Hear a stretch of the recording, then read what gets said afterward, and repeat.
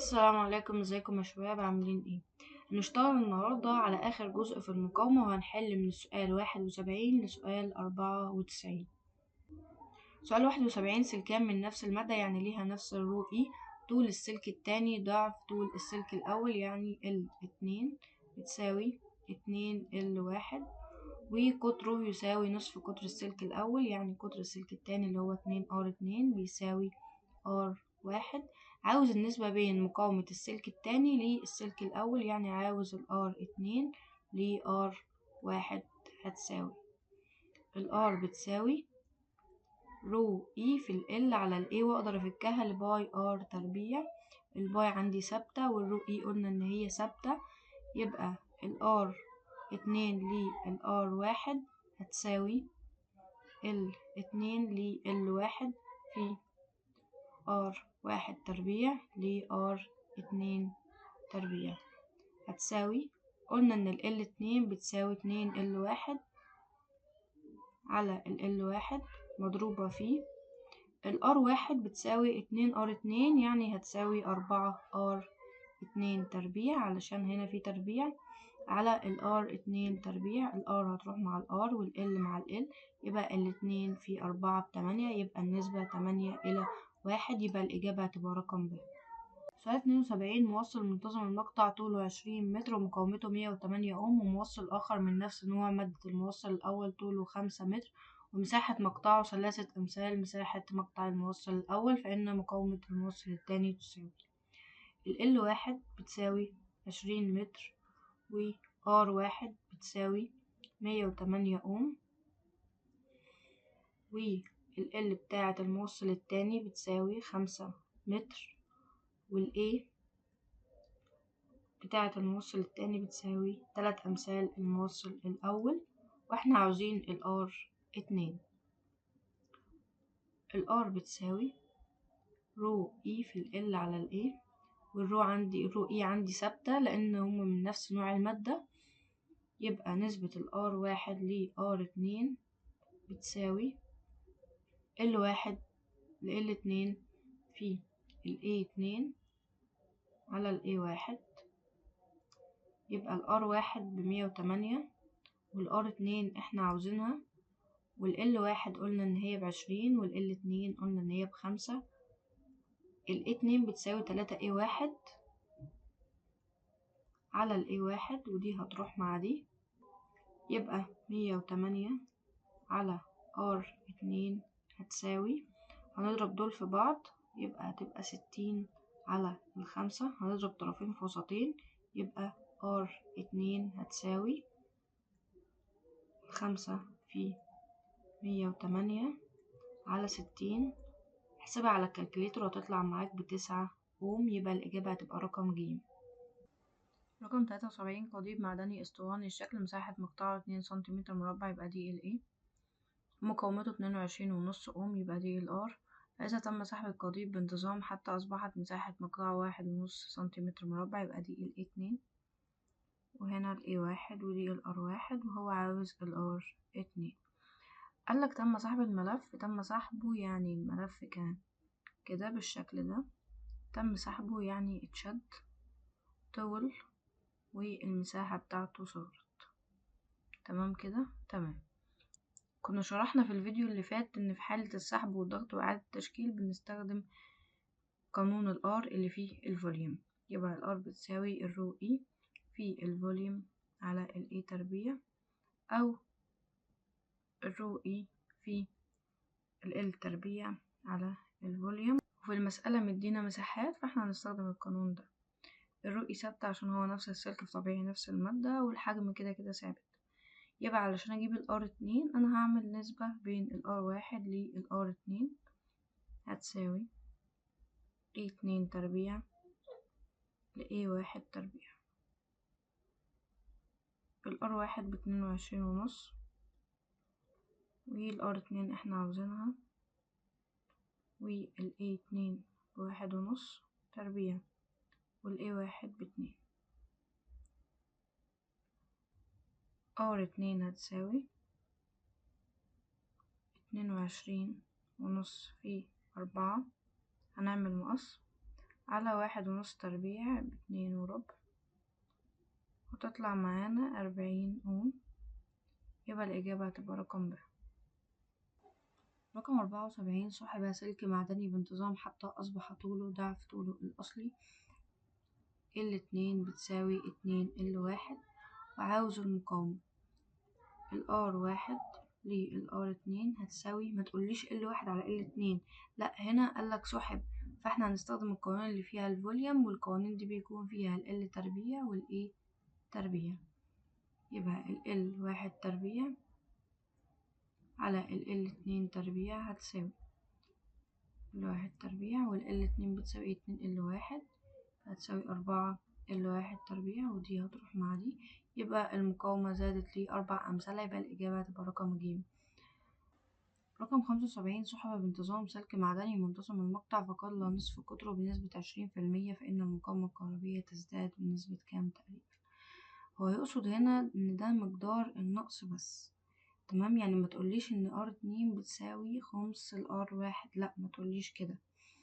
هو يقصد هنا إن أنت مثلا لو معاك 100 جنيه، وأنا قلتلك إن احنا خدنا منها 20%، يعني خدنا 20 جنيه منها، فالباقي معاك 80.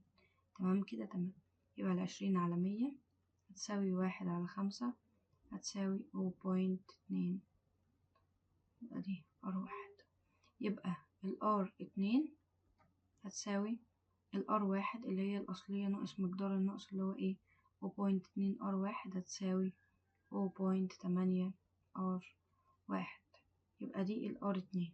تمام كده، تمام. بعد ما شلنا منها الجزء اللي قبل، يبقى R1 على R2 هتساوي R2 أس 4 على R1 أس 4، وشرحنا بنجيب النسبة دي ازاي. هتساوي R2 قلنا إن هي 0.8 أس 4 R1 على R1 أس 4، دي هتروح مع دي. يبقى R2 هتساوي R1 على 0.8 R1، هتساوي، هتحسبها على الكالكوليتر، هتقول 1 على 0.8 أس 4، هتطلع معاك 2.44 R1. ده R2 كلها. احنا عاوزين مقدار الزيادة بس، فعشان نجيب مقدار الزيادة هنطرح R2 اللي احنا جبناها من R1 اللي هي الأصلية، يبقى هنطرح 2.44 R1 ناقص R1 اللي هي الأصلية، تطلع معانا 1.44 R1. يبقى ده مقدار الزيادة بس. يبقى مقدار الزيادة هيساوي 1.44 هنضربه في 100، تطلع معاك 144. يبقى الإجابة هتبقى رقم ج. رقم 76، موصل معدني اسطواني الشكل قطر مقطعه دي، يبقى ده 2R1 ومقاومته R، يبقى دي R1. تم سحبه بانتظام ليصبح موصل اسطواني قطر مقطعه دي على الإكس، يبقى ده 2R2، فإن المقاومة تصبح، عاوز R2. R1 R2 هتساوي R اللي هو نصف القطر 2 أس 4 على R1 أس 4. النسبة دي جت من القانون اللي هو R بتساوي الرو في الفوليوم على A تربيع، وهنفكها لباي R تربيع. تمام كده، عرفنا النسبة دي جت منين. مدينا R1 بR، واحنا عاوزين R2 ونصف القطر. هو هنا يديك القطر، بس مش هتفرق معانا في حاجة، لأن كده كده لو قسمنا هنا على 2 وقسمنا هنا على 2 كده كده هتطير مع بعض، لأن هي اسمها. تمام، تمام. يبقى دي أس 4 على الإكس أس 4 على الدي أس 4، دي هتنزل تحت تبقى إكس أس 4، والدي هتروح مع الدي، يبقى الناتج هيكون 1 على إكس أس 4. إذا هنعمل المقص، يبقى R2 هتساوي إكس أس 4 R، يبقى الإجابة هتبقى رقم ب. رقم 77، سلك معدني منتظم المقطع سحب بانتظام، ومثلت العلاقة بين شدة التيار I المار بسلك وفرق الجهد بين طرفي قبل وبعد السحب، فكانت كما بالشكل البياني المقابل، فإن السلك تم سحبه بحيث. تعالوا نشوف كده. هنسمي ده السلك 1 وهنسمي ده 2. شكل بياني، فهنجيب الاسلوب على طول. الاسلوب بيساوي الاي على الفي، هيساوي 1 على ار. يعني لو انا قلت R1 على R2 هتساوي ايه؟ هتساوي الميل بتاع السلك التاني على الميل بتاع السلك الأول. تعالى نجيب الميل. الاسلوب بتاع الأول بيساوي صوتت على السينات، تبقى 4 على 2 هيساوي 2. الاسلوب بتاع التاني هيساوي فرق صوت على فرق السينات، يعني 2 على 4، 2 على 4 هيساوي نص. يبقى R1 على R2 هتساوي الاسلوب التاني على الاسلوب الأول، يعني نص على 2 هتساوي ربع. وقالك في السؤال اتسحب، يعني هنشتغل على القوانين اللي هي فيها ايه؟ الفوليوم. يعني النسبة هتكون نسبة R1 للR2 هتكون L1 تربيع على L2 تربيع تساوي A2 تربيع على A1 تربيع. هنشوف مرة الطول هيحصل له ايه والمساحة هيحصل لها ايه، كلهم بيساووا ربع. هنشوف الأول الطول هيساوي ايه. L1 تربيع على L2 تربيع هتساوي ربع، معنى كده ان L2 تربيع هتساوي 4 L1 تربيع. لو عملنا المقص هتطلع معاك كده، هناخد الجذر عشان نشيل التربيع، يبقى L2 هتساوي 2 L1. تعالوا نشوف المساحة. A2 تربيع على A1 تربيع هتساوي ربع، معنى كده ان A2 تربيع هتساوي ربع A1 تربيع. هناخد الجذر، يبقى A2 هتساوي نص A1.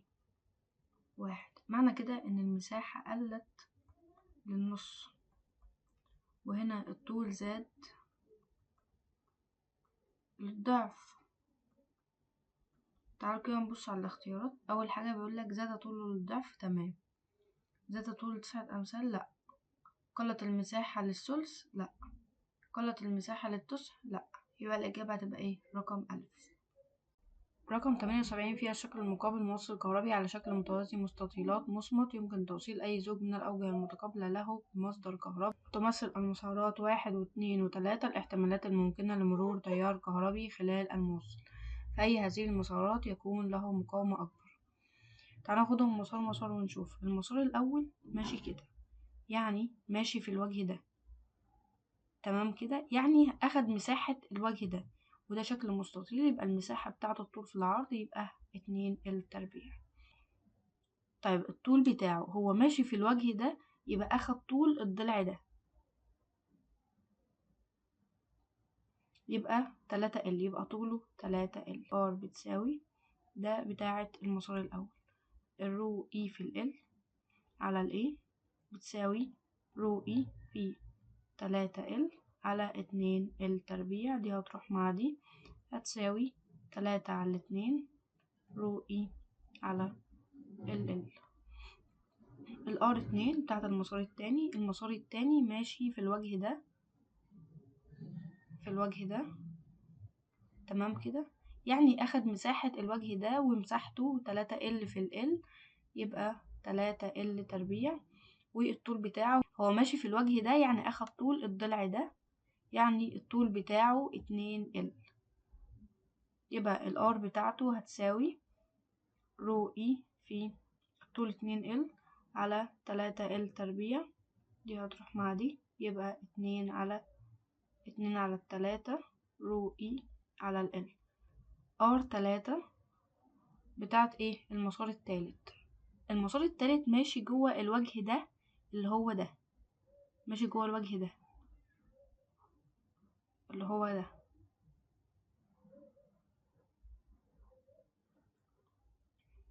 تمام كده، ماشي كده، يعني وخرج من الوجه ده يبقى ماشي جوه ايه الوجه ده، يعني اخد مساحة الوجه ده ومساحة الوجه ده 2L في 3L، يبقى 6L تربيع. واخد طول الضلع ده، اخد طول ايه الضلع ده اللي هو ده، اخد طول الضلع ده يبقى L، يبقى الطول بتاعه L، يبقى الار 3 هتساوي رو اي في ال على 6L تربيع. دي هتروح مع دي يبقى هيساوي 1/6 رو اي على ال. يبقى اكبر مقاومة هتكون اللي هي 3/2، اللي هي المسار الاول، يبقى الاجابة هتبقى رقم ألف. رقم 79 موصل كهربي على شكل متوازي مستطيلات مصمت وصل بطريقتين مختلفتين مع بطارية مهملة المقاومة الداخلية كما بالدائرتين 1 و2، فإن النسبة بين شدتي التيار المار في الدائرتين I1 ل I2. ال I بتساوي ال V على ال R، وال V ثابتة لأن جهد البطارية ثابت، يبقى ال I وال R بينهم علاقة عكسية، يبقى علشان أعرف ال I لازم أعرفها من ال R، وال R هتساوي الرو اي. هستخدم القانون اللي فيه الفوليوم على الاي تربيع. استخدمنا القانون ده عشان الحجم ثابت، وعلشان الرو اي ثابتة، علشان هو نفس متوازي المستطيلات بس اتوصل بطريقتين مختلفتين في نفس المادة. يبقى العلاقة بين الار والاي علاقة عكسية، يبقى الار 1 للار 2 هتساوي الاي 2 تربيع على الاي 1 تربيع. يبقى الاي 1 للاي 2، احنا قلنا ان العلاقة عكسية بين الاي والار، يبقى الاي 1 لاي 2 هتساوي ار 2 لار 1، اللي هي بتساوي a 1 تربيع على ال a 2 تربيع. يبقى الإجابة هتبقى رقم ب. رقم 80 سلك معدني حجمه 2×10⁻⁴ يبقى ده الفوليوم، ومساحة مقطعه 4×10⁻5 يبقى دي ال A، ومقاومته 1 وربع يبقى دي ال R. عاوز التوصيلية الكهربية. ال R بتساوي، هنستخدم القانون اللي فيه المساحة والفوليوم، رو E في الفوليوم على ال A تربيع. يبقى منها الرو E هتساوي ال R في ال A تربيع على الفوليوم، والتوصيلية الكهربية بتساوي مقلوب المقاومة النوعية، يعني هتساوي الفوليوم على ال R في ال A تربيع هتساوي الفوليوم ب2×10⁻⁴ على ال R 1 وربع في مربع المساحة 4×10⁻5 تربيع. هتحسبها هتطلع معاك 10⁻5، يبقى الإجابة هتبقى رقم ب. رقم 81 مكعب معدني طول ضلعه L عند توصيل وجهين متقابلين له بطرفي دائرة كهربية كانت مقاومته R، وعاوز التوصيلية الكهربية. التوصيلية الكهربية بتساوي مقلوب المقاومة النوعية. المقاومة النوعية بتساوي المقاومة النوعية هتساوي زي ما جبناها من فوق ال R في ال A على ال L، يبقى التوصيلية الكهربية هتساوي ال L على ال R في ال A. ال L معانا قالك ان طول ضلعه L، قال لي ان هو مكعب، والمكعب اطوال اضلاعه كلها اطوال اضلاعه كلها متساويه، وكل وجه بيمثل لي مربع. يعني لو التيار مشي من هنا يبقى المساحه الجزء ده كده وده مربع، يبقى مساحته طول الضلع في نفسه، وقلنا ان اضلاعه كلها متساويه، يعني ده ال وده ال وده ال وده ال، يبقى المساحه هتساوي ال تربيع. هنيجي نعوض، هتساوي الطول قلنا ان هو بال ومديك المقاومه ار، والمساحه قلنا ان هي ال تربيع. دي هتروح مع دي هتساوي 1 على ال R في ال L، يبقى الإجابة هتكون رقم د. رقم 82 سلكان من النحاس طول الأول 10 متر يبقى ده L1، وكتلته 1/10 يبقى ده M1، وطول التاني 40 متر ده L2، وكتلته 2/10 يبقى ده M2. عاوز النسبة بين ال R1 لل R2. هستخدم قانون المقاومة اللي هو فيه الكتلة بيساوي الرو E في ال L تربيع في الرو على ال M، والقانون ده كنا شرحناه في اول الفيديو اللي فات، ومع ذلك هقولك تاني جبناه ازاي. الفوليوم بيساوي الام على الرو، وانا عندي قانون للمقاومة بيساوي الرو اي في ال تربيع على الفوليوم، شلنا الفوليوم وعوضنا عنها بالام على الرو، بيساوي الرو اي في ال تربيع في الرو على الام. قال ان السلكان من النحاس، يعني الرو اي والرو ثابتة ليهم نفس المقاومة النوعية ونفس الكثافة عشان هما ايه من نفس المادة. يبقى نسبة الR1 للR2 هتساوي L1 تربيع لL2 تربيع في الM2 على الM1 هتساوي L1 مديهالنا ب10 والL2 ب40 في الM2 ب2/10 والM1 ب1/10. تحسبها على الكالكوليتر هتطلع معاك ب1/8. يبقى الإجابة هتبقى رقم د. رقم 83 فيها الشكل الموضح سلكان X و Y من نفس المادة. إذا كانت كتلة X 5 جرام وكتلة Y 10 جرام فإن النسبة بين المقاومتين RX ال RY هتساوي. هنستخدم نفس القانون اللي احنا استخدمناه في السؤال اللي فات. ال R بتساوي الرو E في ال L تربيع في الرو على الام. الرو ثابتة والرو اي ثابتة علشان هما ايه من نفس نوع المادة. يبقى نسبة ال RX لل RY هتساوي ال LX تربيع على ال Y تربيع في ال MY على ال MX.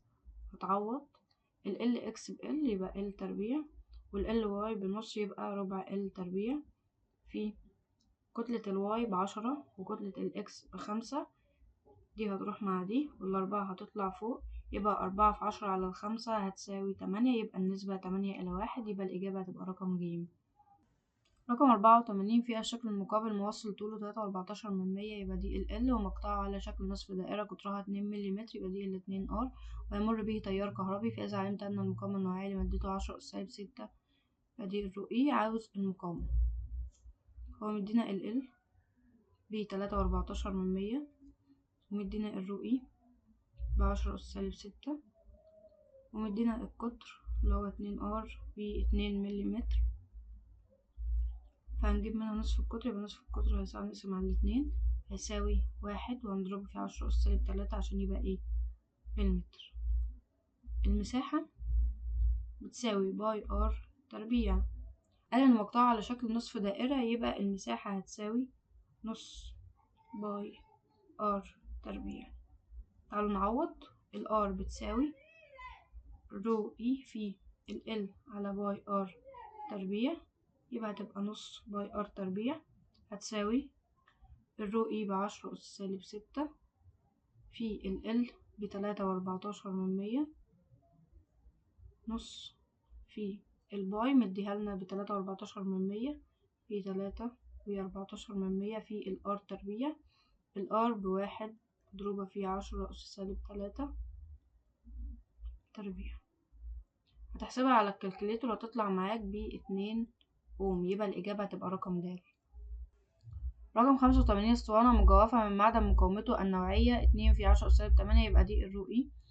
طولها 1 متر يبقى ده ال ونصف قطريها الداخلي والخارجي 1 ملم و2 ملم على الترتيب كما بالشكل. يبقى ده الداخلي وده الخارجي. فإن المقاومة الكهربائية بين طرفي الاسطوانة تساوي. هو قال إن هي مجوفة يعني الجزء ده فاضي. يبقى أنا عاوز مساحة الجزء ده.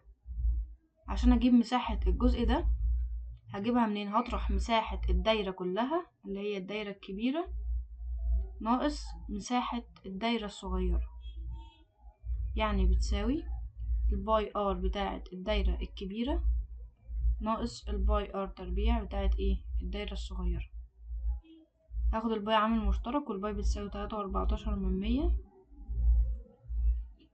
ال R بتاعة الدايرة الكبيرة ب2 تبقى 2 وهنضربها في 10⁻³ عشان ايه هنحولها ناقص ال R بتاعة الدايرة الصغيرة 1 وهنضربها في 10⁻³. احسبها على الكالكوليتر هتطلع معاك 49.42 في 10⁻⁶ متر تربيع. هنجيب ال R بتساوي الرو E في ال L على ال A. هنعوض الرو E ب2 في 10⁻⁸ وال L ب1 والمساحة احنا جبناها ب49.42 في 10⁻⁶. هتطلع معانا 2 و1 في 10⁻³ أوم. يبقى الإجابة هتكون رقم ب. رقم 86 الشكل البياني المقابل يمثل العلاقة بين مقاومة سلك R وطوله N. فإذا علمت أن مساحة مقطع السلك 1/10 سنتيمتر، هنضربها في 10⁻⁴ علشان ايه نحولها. عاوز المقاومة النوعية للسلك. المقاومة النوعية اللي هي الرو اي بتساوي الار في الاي على ال هتساوي الار هنجيبها من الرسمة، هتساوي 15 في المساحة اللي هي 1/10، وهنضربها في 10⁻⁴ علشان نحولها على ال وهنجيبه من الرسمة هيساوي 30. هنحسبها هتطلع معانا 5 في 10⁻⁶ أوم في المتر. يبقى الإجابة هتبقى رقم ب. رقم 2 مقاومة السلك الذي طوله 25. هنجيبها من الرسمة. ادي عند 25 هنطلع، كانت المقاومة عند كام؟ كانت المقاومة بين الايه 15 والعشرة، يبقى 12.5. يبقى الإجابة هتكون رقم ج. رقم 87 الشكل البياني المقابل يعبر عن العلاقة بين المقاومة والطول لمجموعتين من الأسلاك X و Y مصنوعة من النحاس، يعني ليها نفس الرو E، فإن النسبة بين ال AX لل AY هتساوي. شكل بياني يبقى هنجيب السلوب هيساوي ال R على ال L بتساوي الرو E على ال A، لأن ال R بتساوي الرو E في ال L على ال A. لما نقسم هنا على ال L ونقسم هنا على ال A يبقى دي هتروح مع دي، يبقى ال R على ال L هتساوي ايه؟ رو E على ال A. والرو E قلنا ان هي ثابتة علشان هما من نفس المادة، يبقى هتساوي 1 على ال A. يبقى العلاقة بين السلوب وال A علاقة عكسية. يبقى انا هجيب السلوب بتاع ال X والسلوب بتاع ال A عشان اقدر اجيب منها المساحة. هنجيب السلوب بتاع ال X بيساوي، هنجيبه من الزاوية بتاعة ال X 60، يبقى السلوب بتاع ال X بيساوي تان 60 بتساوي جذر 3، والسلوب بتاع ال Y بيساوي تان 30، الزاوية بتاعة ال Y 30 هتساوي 1 على جذر 3. ال AX لل AY هتساوي السلوب بتاع ال Y على السلوب بتاع ايه ال X، هتساوي 1 على جذر 3 على جذر 3، دي هتنزل تحت يبقى هتساوي تلت. يبقى الإجابة هتكون رقم أ. رقم 88 الشكل البياني المقابل يمثل علاقة بين فرق الجهد عبر سلك طوله 5 متر، يبقى ده ال L، ومساحة مقطعه 1/10 ملي، يبقى ده ال A، وهنضربها في 10⁻⁶ علشان نحولها. وشدة التيار فإن التوصيلية الكهربية لمادته بتساوي، التوصيلية الكهربية بتساوي ال L على ال R في ال A. أنا معايا ال L ومعايا ال A، فعاوز ال R هنجيبها من الميل. السلوب بيساوي ال V على ال I بتساوي ال R، بتساوي فرق الصادات على فرق السنات، هتساوي 20 أوم. يعني التوصيلية الكهربية هتساوي الطول ب5 والR جبناها ب20 في المساحة اللي هي 1/10، وهنضربها في 10⁻⁶ علشان نحولها. هنحسبها على الكالكوليتر وتطلع معانا ب2.5 في 10⁻⁶، يبقى الإجابة هتكون رقم ج. رقم 89 الشكل البياني المقابل يمثل العلاقة بين فرق الجهد وشدة التيار المار في السلكين A و B من نفس المادة، يعني ليهم نفس الرو E. رقم 1 إذا كان السلكان لهما نفس الطول ومساحة مقطع السلك B 3 في 10⁻⁶، فإن مساحة السلك B بتساوي. مدينا شكل بياني يبقى هنجيب السلوب بيساوي ال V على ال I، يعني بيساوي ال R، وال R بتساوي الرو E في ال L على ال E، والرو E ثابتة، وقال في السؤال إن ليهم نفس الطول، يعني ال L ثابتة. يبقى أنا عندي علاقة عكسية بين ال R وال A. يبقى علشان أجيب ال A هنجيب ال R الأول، يبقى هنجيب السلوب بتاع A بتاع كل سلك، يبقى السلوب بتاع السلك B بيساوي، هنجيبه من الزاوية، ده زاويته 60 يعني بيساوي تان الزاوية، يبقى تان 60 بيساوي جذر 3. والسلوب بتاع السلك A هيساوي تان 30 هتساوي 1 على جذر 3. عشان اجيب ال A هعمل نسبة ال RA على ال RB هتساوي ال A بتاعة ال B على ال A بتاعة ال A، هتساوي ال R بتاعة ال A جبناها ب1 على جذر 3، وال R بتاعة ال B جذر 3، يعني هتساوي تلت. ومدينا ال A بتاعة السلك B ب3 في 10 أس سالب 6، يبقى 3 في 10 أس سالب 6 على ال A بتاعة السلك A اللي احنا عاوزينها. يبقى ال A بتاعة السلك A هتساوي، هنعمل المقص، هتبقى 9 في 10 أس سالب 6 متر تربيع. يبقى الإجابة هتكون رقم ب. رقم 2، إذا كان السلكان لهما نفس مساحة المقطع وطول السلك B 3، فإن طول السلك A بيساوي نفس الكلام.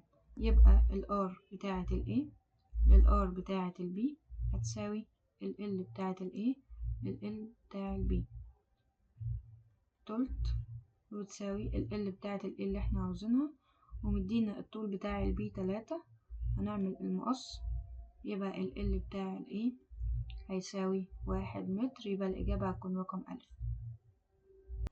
رقم 90، الشكل البياني الموضح يمثل علاقة بين فرق الجهد بين طرفي سلكين X و Y لهما نفس الطول وشدة التيار A. فإذا كانت النسبة بين المساحتين AX و AY بتساوي 12 على 25، فإن النسبة بين المقاومة النوعية رو EX لرو EY بتساوي. بشكل بياني يعني هجيب السلوب بيساوي ال V على ال I بيساوي ال R. يبقى هجيب السلوب بتاع كل سلك. السلوب بتاع ال X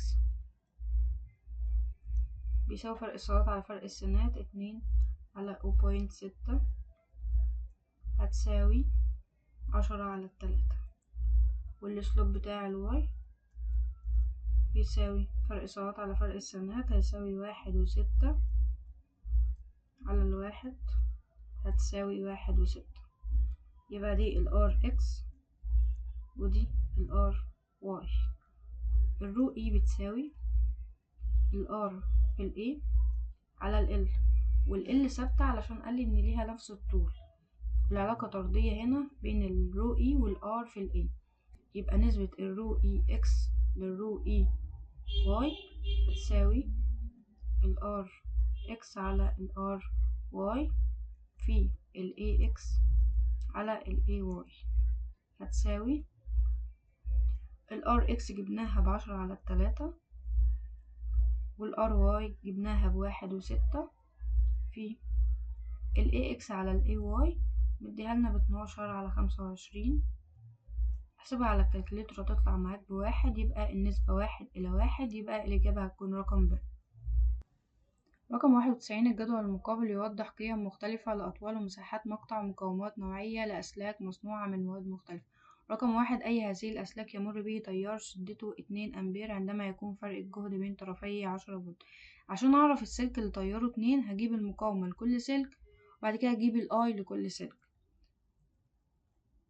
ال R بتساوي رو E في ال L على ال A. يلا نجيب ال R لكل سلك. يبقى ال R بتاعة السلك الأول هتساوي الرو E بتاعتها 0.05 مضروبة في 10 أس سالب 4. خلي بالك في الطول 10 على المساحة، والمساحة هنا مديهالك بالسنتي، يعني هنضربها في 10 أس سالب 4 عشان أحولها في 1 في 10 أس سالب 4 هتطلع 5.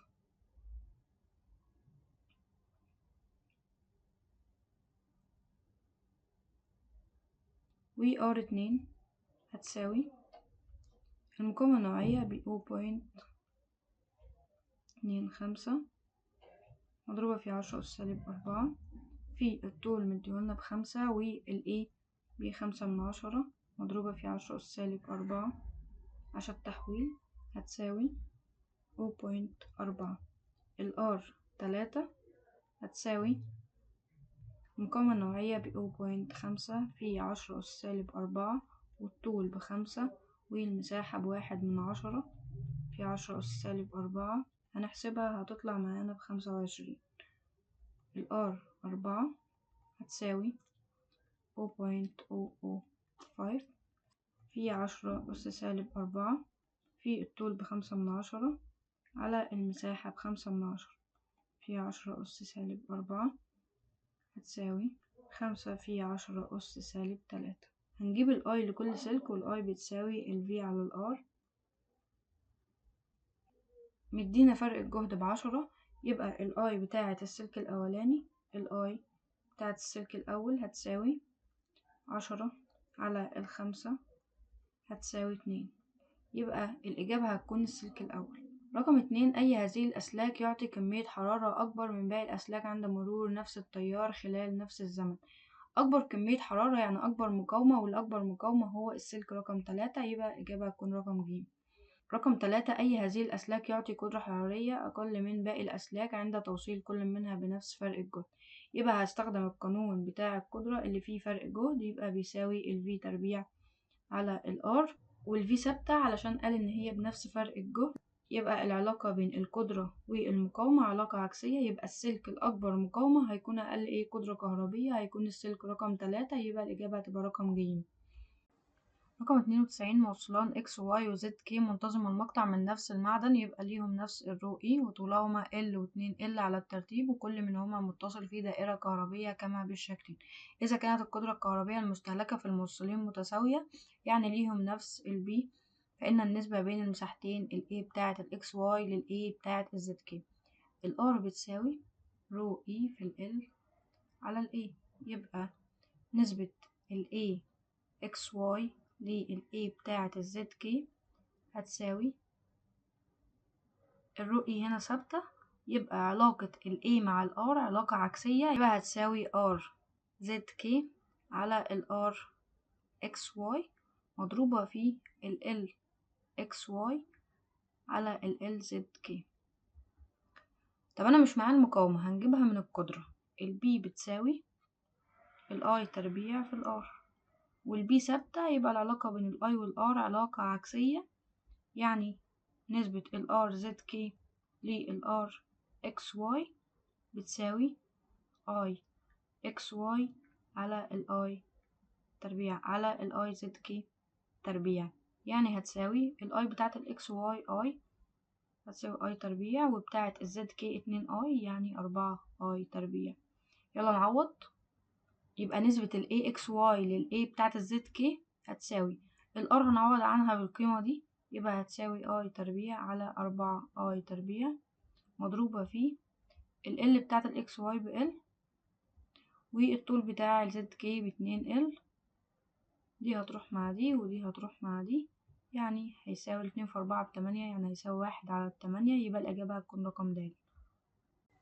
رقم 93، سلك مقاومته R يستهلك قدرة كهربية مقدارها BW عندما يكون فرق جهد بين طرفيه فيه، فإذا سحب السلك بانتظام، سحب يعني هستخدم القوانين اللي فيها الفوليوم، بحيث زاد طوله للضعف ووصل طرفاه بنفس فرق الجهد، يعني ال V عندي ثابتة، زاد طوله للضعف يعني L2 هتساوي 2 L1، فإن السلك يستهلك قدرة كهربية مقدارها. طيب ال R بتساوي رو E في ال L تربيع على الفوليوم، والفوليوم ثابت والرو E ثابتة، يبقى ال R1 لل R2 هتساوي L1 تربيع على L2 تربيع، وال V اللي هي القدرة بتساوي V تربيع على ال R، واستخدمت القانون ده علشان فرق الجهد ثابت عشان أقدر أعمل علاقة بين ال V وال R. العلاقة بينهم هتكون عكسية لأن ال V ثابتة، يبقى ال BW1 على ال BW2 هتساوي ال R2 على ال R1، يعني هتساوي L2 تربيع على L1 تربيع، وال L2 بتساوي 2 L1 يعني 4 L1 تربيع على L1 تربيع، دي هتروح مع دي، يبقى هنعمل مقص، يبقى ال BW2 هتساوي BW1 على 4، يبقى الإجابة هتكون رقم د. رقم 94، سلك طوله 2 متر، يبقى ده ال L، ومساحة مقطعه 4 في 10 سالب 6، يبقى ده ال A، فإذا كان فرق الجهد بين طرفيه 20 فولت يبقى ده ال V، وكانت القدرة المستهلكة 10 واط يبقى ده ال B.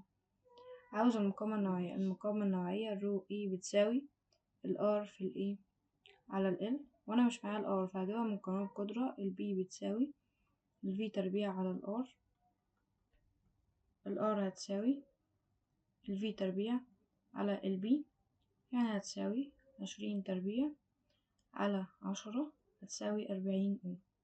هنعوض، تبقى 40 في المساحة اللي هي 4 في 10 أس سالب 6 على الطول 2 هتساوي 8 في 10 أس سالب 5، يبقى الإجابة هتكون رقم ج. رقم 2 عدد الإلكترونات التي تمر عبر مقطع منه خلال دقيقة، يعني 60 ثانية. ال I بتساوي ال NE على ال T، يبقى ال N هتساوي IT على ال E، وأنا مش معايا ال I فهجيبها برضه من قانون القدرة، بتساوي ال V في ال I، يبقى ال I هتساوي ال B على ال V، يعني هتساوي 10 على ال 20، هتساوي نص أمبير. هنعوض هنا، يبقى نص في الزمن اللي هو 60 ثانية على شحنة الإلكترون اللي هو 1.6 في 10⁻⁻19، تحسبها هتطلع معاك 1.875 في 10⁻20، يبقى الإجابة هتكون رقم د.